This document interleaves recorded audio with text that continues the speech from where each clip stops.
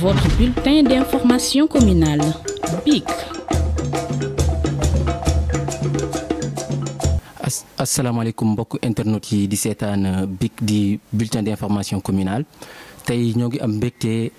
di ñëw daje ak ki nga xamante ni moom mooy monsieur le maire bu commune Biscuiterie di monsieur Wade donc comme ni ñu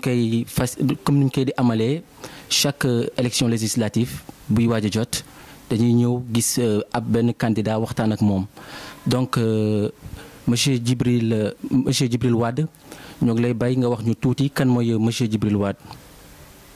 aleykum salaam maa ngi leen di gërëm di leen nuyu di leen sant di leen fay di nuyu seen mbokk internautes yi nga xam ne ñëpp ñu ngi seetaan nekk Sénégal ak ci diaspora bi ak ci àdduna bi yëpp. et man maay Mohamed Djibril Wade di le maire de la commune de Biscuiterie ci sama liggéey mais administrateur d'entreprise di diriger benn entreprise bu ñuy wax Hydraplace et di juriste de formation. Et ba pare di un passionné de sport. Je suis le premier vice-président de la Fédération sénégalaise de football, du président de la Ligue sénégalaise de football professionnel, du président du club de football de NGB Niayes Tally Grand Dakar Biscuiterie. dëkk fii Niayes Tally yaroo fi juddoo fi nekk fi nag mosuma fi jógee nekkoon nag conseiller municipal au niveau de la commune de Biscuiterie yàlla def suñu papa ji Doudou Issa Niass Guèye àdduna ma remplacé woon ko pendant 18 mois 2 ans. Après bi élection yi jotee nag ma déposé sama candidature ñu faral ma léegi ma nekk maire de la commune de Biscuiterie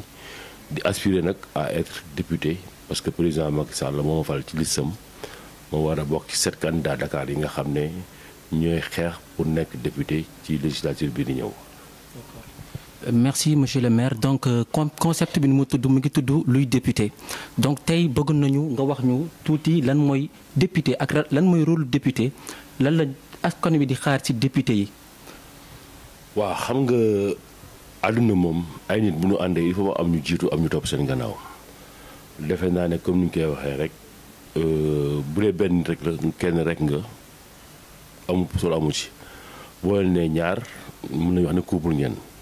même boo leen nee ñaar sax boo leen décidé normalement dañoo war a waxtaan waaye yàlla moo def góor ak jigéen bu ñu nekkee couple yàlla moo nekk góor gi mooy taxaw ci kanamu jigéen gi loolu moom yàlla moo ko dugal parce que yàlla moo bind suñu maam Aadama ci maam Adama mu génn ci faaram awa sàkk mbindeef yi ñu ñëpp ñu jóge ci ñooñu kon nag ay frère ay sœur lañu waaye nag bu ñu ne ñett wala ñeent bu ñu bëggee tànn kenn dañuy toog ñu waxtaan ñu ne diw la ñuy jiital depuis nag la nuit des temps ñetti pouvoir moo am mooy pouvoir législatif pouvoir judiciaire ak pouvoir bi nga xam ne mooy exercer le pouvoir donc président de la république fii xam nañ ne moom la ñu fal waaye nag du peuple bi bien que président de la République mooy représenté le peuple dañu ko divisé ci ay pàcc ñu ne nag am na ay ndaw yoo xam ne ñoo fay teewal peuple bi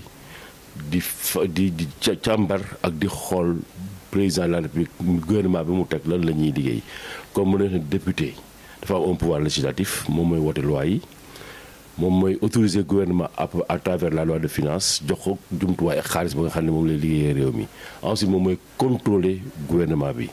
di suivre aussi des politiques publiques sax na jaar na yoon wala yoolu mun nañu wax ne kon député daal mooy ki nga xam ne mooy contrôler réew mi ki mu fal ba pare muy président de la République ay ndaw yoo xam ne moo tànn yooyu nag député yi moom moo leen contrôler di leen suivre am nañ nag ay pouvoir yu large li ñu ne nag le pouvoir de légiférer pouvoir législatif initiative bi gouvernement moo ko moom ak député yi waaye nag li ci ëpp ci république gouvernement moom mooy proposer mooy proposer des lois par des projets de loi député nag mën def ay proposition de loi waaye néew na mu koy def mais proposition de loi aussi bu député di def warul yokk xaalisu gouvernement lu mu prévoir parce que nag nit ki du nekk ci poosam nga naan ko dépenser lii te li ñu koy dépenser joxoo ko kon nag mën nañu wax ne député daal loolu mooy rôle am. D'accord donc bu ñu sukkandikoo ci li nga wax donc député daal dafa am mission boo xam ne mission bu importante la pour société bi mais tey am nañu habitude souvent di dëgg ci biir sunu assemblée nationale ñenn di naan man député opposition la ñenn di naan ay man député gouvernement la donc yow loolu lu ci sa xalaat et aussi lan moo tax tey nga décider porter le drapeau pour représenter peuple sénégalais ci biir assemblée nationale. waaw dëkk bi ñu nekk constitution dafa ne le député c'est le député du peuple député de réew mi yëpp la représenté Sénégal parce que dañu la souveraineté elle est nationale mais am na dëkk yoo xam ne nag député dañuy jóge ci ay circonscription ñooñu ay mën nañu nekk si ay député département ay député circonscription loolu amagul Sénégal mën naa ne dinañ jëm bu ci kanamee mais tey fi mu nekk nii tous les députés dañuy représenté le peuple mais nag ci biir peuple bi dafa am une majorité ak opposition parce que dafa am ay partis politiques ñoo xam ne ñoo am ay affinité maanaam ñoo bokk ay gis-gis tey man ak yow bu ñu bokkee gis-gis dem ba wuti leen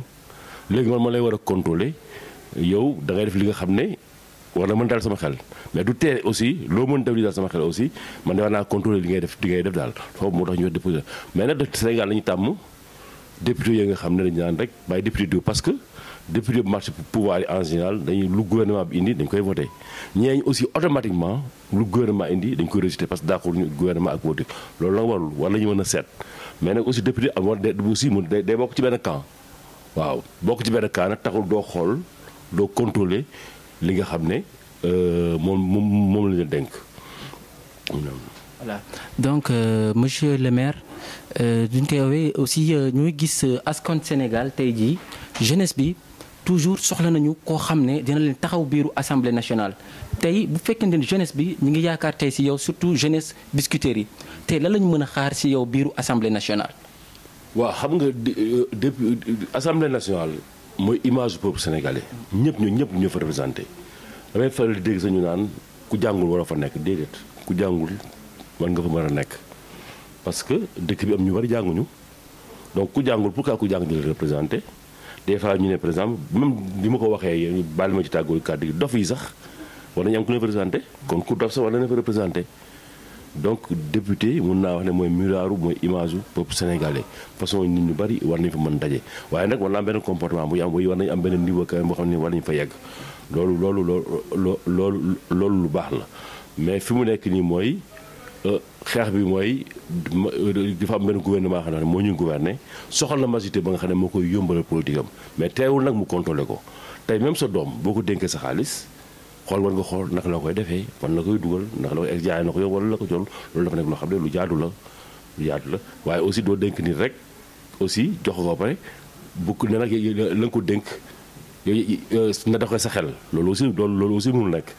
donc aujourd'hui Sénégal dafa toll situation ba nga xam ne lu ñuy def rek war nañu ko mën a waxtaanee war a am aussi une certaine transparence loolu mu am importance mais aussi il faut ñu xam ne dañu nekk ci situation dëkk bi fu mu nekk ba nga xam ne avec les réseaux sociaux et tout ça dara mootu fi nëbbu kon le rôle du député est extrêmement important. D'accord donc monsieur le maire lan mooy doon sa dernier cadeau pour askan sénégalaise bi ak aussi jeunesse bi. waaw li may wax mooy jeunesse bi d'abord dañuy wax ne ku dee xamal ne que dëkk bi metti na àdduna bi metti na am guerre Ukraine bi et cetera mel nañu xam ne aussi Sénégal dafa nekk dëkk ba nga xam ne du lu ñu def dañu ko rejeté parce que Sénégal nekk dëkk ba nga xam ne ci biir Afrique quoi qu'on puisse dire am na benn stabilité bu fi am. lan moo tax stabilité am il faut ñu xam ne aussi ceux qui nous sont précédés mooy ñi ñu jiitu am na quand même lu ñu liggéey lu baax am na lu bari lu ñu mën a critiquer amul nulle œuvre n'est parfaite mais Sénégal boo ko xoolee Gambie moo ko wër Mali Mauritanie Guinée Burkina Faso Côte d'Ivoire tout ça mais tous ces pays là c'est des pays à problème mais pourquoi le Sénégal n'est pas un pays à problème ba nga xam ne yenn yi amu fi c'est parce que ñi ñu jiite woon amoon nañu xel ak sagesse ba nga xam ne ak fu ñu mënti egg rek am na benn ligne rouge ba nga xam ne toujours duñ ko franchir ñi opposé wu aussi am na benn ligne rouge ba nga xam ne aussi duñu ko franchir ma leen di fàttali ne ku ñuy wax Abdoulaye Wade opposé wu na à Abdou Diouf pendant 26 ans daan na contesté bu baax a baax pour que les problèmes démocratiques les conquêtes démocratiques ñu mën a am Sénégal parce que góor googu da doon wax ne le problème de l'Afrique c'est comment on prend le pouvoir et comment on perd le pouvoir mu ne pour en Afrique pour prendre le pouvoir il faut le prendre par des élections pour perdre le pouvoir il faut le perdre par des élections donc coup d'état guerre civile yëpp jaru ko woon Sénégal nag topp ko ci loolu ba tey Sénégal tey am na 2 alternances donc léegi fii ku bëgg jëlati nguur rek muy yow mi muy kii sa technicien bi muy kër toog boo leen bëggee seen xel mu ngi am ambition ne dañu jël réew mi mais c'est très facile wax leen yéenee kan fan ngeen jàngee na nga téye sa jabar parce que aussi ñun bu ñuy jox sa réew suñu réew dañu ko jox aussi un bon père de famille na nga téye sa jabar na nga téye sa njaboot est-ce que yaa ngi dem jàkka ji bu dee jullit nga est-ce que yaa ngi dem église bu dee chrétien nga na ngay doxaleeg sa dëkkandoo sa environnement na nga jàppee nit ñi ensuite yow qu'est-ce que tu proposes aux gens qu'est-ce que tu as fait toi de ton travail est-ce que tu as bien travaillé ci liggéey bi ñu la dénk est-ce que tu as su dee homme d'affaires nga man homme d'affaires la est-ce que moi entreprise bi ma yore maa ngi ko fructifier fan laa ko jëlee fan laa ko indi lan laa mën a def bu dee tu es un professeur est-ce que tu enseignes bien est-ce que tu es un professeur extraordinaire si tu es un médecin est-ce que tu es un très bon médecin est-ce que tu es un médecin modèle bu ñu la xoolee yooyu yëpp nga ñëw ci Sénégal yi ne leen je le propose tel programme Sénégalais yi xam ne li nga leen di proposé baax na en ce moment-là mën nga demander à être chef de quartier mën nga demander à être maire mën nga demander à être président de la République yaa xam ne demandé c'est que maintenant Sénégal nag fi mu nekk foofu la ñu toll ku bëgg demal nga laaj mais jarul xuloo jarul xeex donc je dis à la jeunesse aujourd'hui nañu fal ni député ñu war a fal bu ëllëgee s'il ne trouve pas une satisfaction ñu teg leen fële nañu fal président bi ñu leen war a fal ci jàmm ak teranga si ce président là ne leur donne pas satisfaction à la fin de son mandat ñu teg ko fële mais c'est vrai le droit de marche c'est un droit qui est reconnu mais aussi on ne doit pas marcher pour empêcher aux autres de vaquer à leurs occupations parce que bu ñu dee chaque jour di revendiquer kon kenn du liggéey kenn dem ensuite war nañu xool benn lieu ma xam ne fa lay nit ñi di marché pourquoi marcher en pleine ville pourquoi ne pas aller Tifiraoye nga marché fa yéen yéen a ngi nii réseaux sociaux maa ngi di wax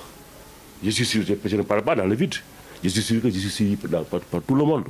jamono Abdoulaye Wade jamono opposition yu njëkk ya amuñu woon fu ñu waxee amuñu woon rajo bu ñu waxee amuñu woon moyen de communication mais nank ils sont parvenus à se battre et à gagner des conquêtes démocratiques tey nag moom foo waxee ñu dégg la moi je n'ai même pas besoin d'aller dans une télévision privée pour parler ici je parle ici tout le monde m'entend donc tey kuy revendiquer mën nga dem revendiquer ça peut tax nga sonal ñu ci des donc à ce sens-là je dis que c'est difficile mais il faut que ñu Sénégal ñu am benn solidarité il faut que gouvernement yi aussi xam ne c'est l'agriculture c'est la terre qui peut nous en sortir un pays qui ne se nourrit pas de ce que sa terre lui donne c'est un pays qui ne veut pas se développer ñun li ñuy lekk suñu suuf si la war a jógee et je pense que le président de la République l'a compris le gouvernement actuel va le comprendre pour ñu xam ne ñun y a des métiers yi nga xam ne waruñu ko bañ que li ñuy lekk ne fa war a jógee ci suuf si il faut qu'il y ait rek une reconversion de mentalité Sénégalais yi nous sommes très bien mais il faut que ñu changer mentalité il faut que ñu bañ a naxante parce que ñun dañu muus dañuy ku nekk da ngay jéem a tegtal sa morom loolu bu ñu ko bàyyee organisé wu nag parce que Sénégal dafa nekk loo xam ne bu ñu nee heure bi dañu ko war a respecté dañuy def lii telle heure ñu commencé ko respecté bu ñu nee dañuy dem fenn ki jëkk ñëw mu dang nekk fii keneen ki topp ci keneen ki topp ci si on a cette discipline et cette organisation rek nous serons le premier peuple du monde Afrique dañ leen raw loolu mu manqué donc bu ñu bàyyee tegante xel bi je dis ça à la jeunesse bàyyi lépp on doit pouvoir travailler pour notre jeunesse donc il y a un élan de solidarité bi war na am jeunesse bi aussi nañu aussi savoir choisir nañu waruñu leen sacrifier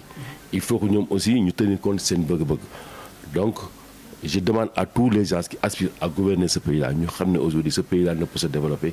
d'abord à travers la terre après nag yee ñëw industrialisation agrobusiness et cetera beaucoup de choses intégrer doo ñëw yéen ñi ñëw mais commençons-nous d'abord à ce que nit ñi consommer ñun ñu produire ko loolu daal là c'est mon dernier message di demander à la jeunesse de mon pays d'être patient la victoire des Lions montre que la patience lu baax la ñun Aliou Cissé bu ñu ko dàqoon est-ce que dinañ jël Coupe d'Afrique Augustin Senghor bu ñu doon wax naan ci élection yi parce que dafa yàgg c'est la somme de ses erreurs moo tax mu rectifier ba tey ñu mën a jël Coupe d'Afrique y a une unité autour d'une fédération sénégalaise de football boo xam ne amu fi woon man fa laa bokk moo tax tey ñu mën fi indi Coupe d'Afrique donc bu ñu uniree bokk ndey bokk bàyyi rek fa ñu jëm dina yomb trop te on va réussir dans la vie. donc mbokki internet yi di bu journal BIC ñoo ngi leen di jaajëfale ñëpp di ngi leen di jox dig daje ci beneen waxtaan incha allah merci beaucoup monsieur le maire. Merci beaucoup.